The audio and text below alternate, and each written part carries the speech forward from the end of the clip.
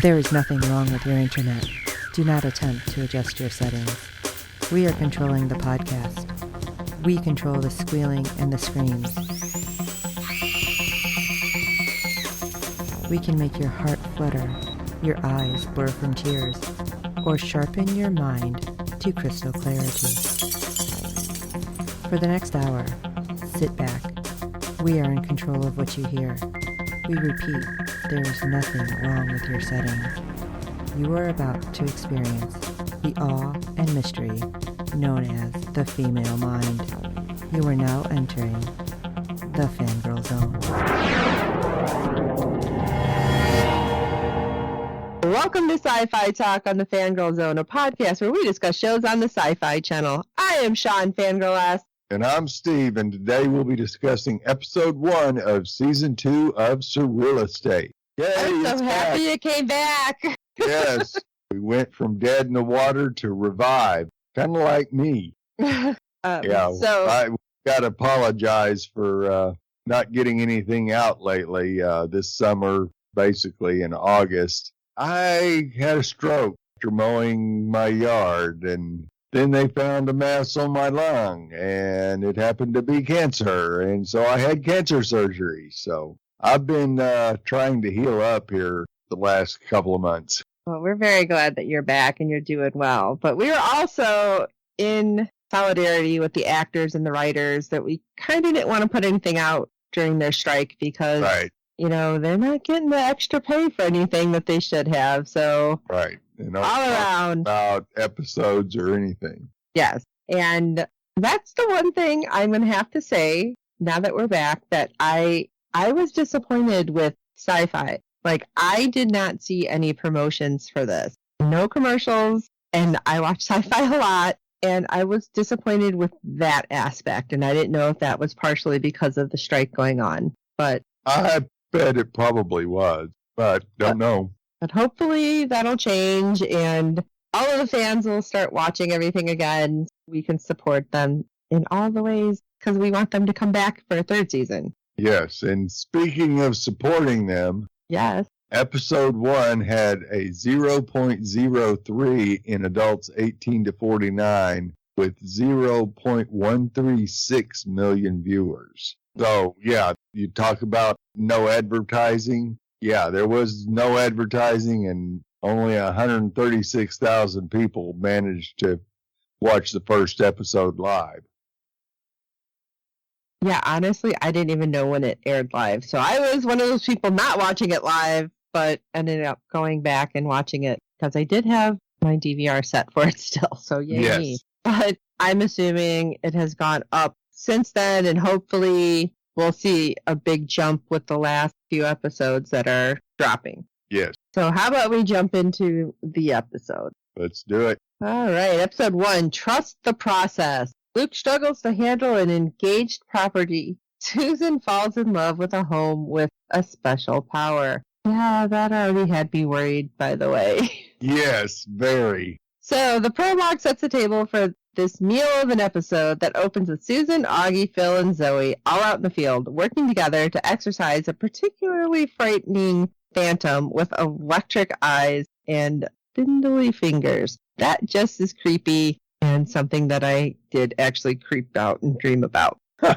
Since they've lost their necromancer, Susan and Augie have devised a Scrabble letter system to try and talk to the specters around them. I thought that was actually pretty brilliant. Yes. It provides a riddle for them to solve as the phantom spark threatening electricity their way. Yeah, maybe not the fastest way to get through to anything, especially when you've got electricity coming at you. By resetting the grandfather clock in the room, they're able to have everything dissipate and the nasty demon crackles out of existence. Phil tells the homeowner the house was formerly owned by 2 warring brothers and they've plunged the problem into the ether so they can now sell their home. Really? Because there was a lot happening. There was a lot of running happening. Yes. You know, there was just a lot of diving to not be zapped. Yeah, we need a better system. Hopefully we'll go faster in the future. But, you know, I think they did really well with what they had. And Luke returns, and the apathy is real.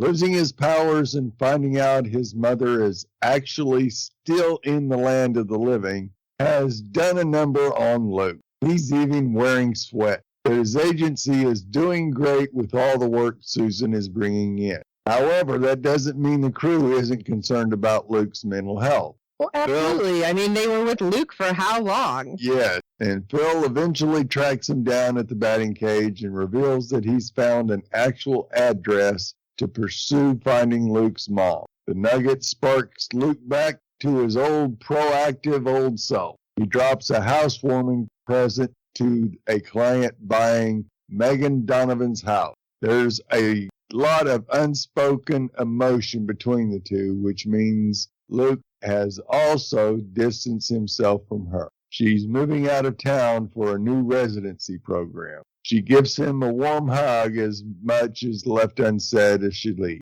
Is this the end of them? There seems to be a pull still, but right now it's kaput. So apparently they're writing her out for this season. At least it seems that way. Yep. Luke's next stop is the office, finally. He just shows up, though, which throws off Susan's workflow as she's introducing a demonic device for better sales, which Luke promptly mocks. She is unhappy and leaves the conference room. Surprise, surprise, but it's Zoe who calls Luke out on his attitude.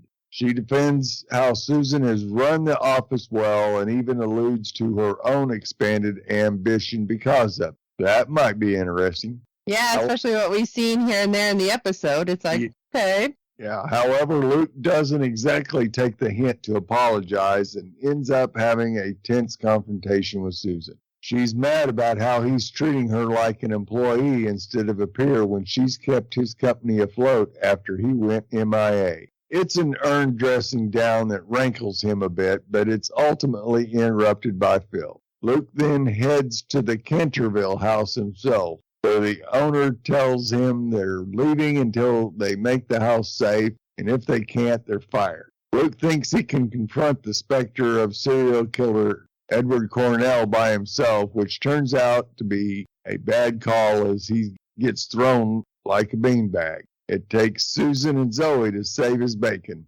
Yeah, he didn't want to wait for the work to be done, it seemed, this time. No, he won't give her the satisfaction, and back at the office, he suggests that she take a break from work as a reward for all her time and effort. But we can see this is more about shoring up his place in the company without her presence instead of the altruism. By the episode's end, Luke travels to Carl Roman's grave and leaves some flowers as he ponders what happened in his family that sent his mother running. It's kind of upsetting watching what's going on because we understand that Luke is all out of sorts. Yes, absolutely. We get that. But for him to be so, I don't know, standoffish and just angry. Almost mean. Yeah, yes. Angry is really good. But mean to everybody, well, not everybody, to Susan, who has done so much to keep everything afloat. And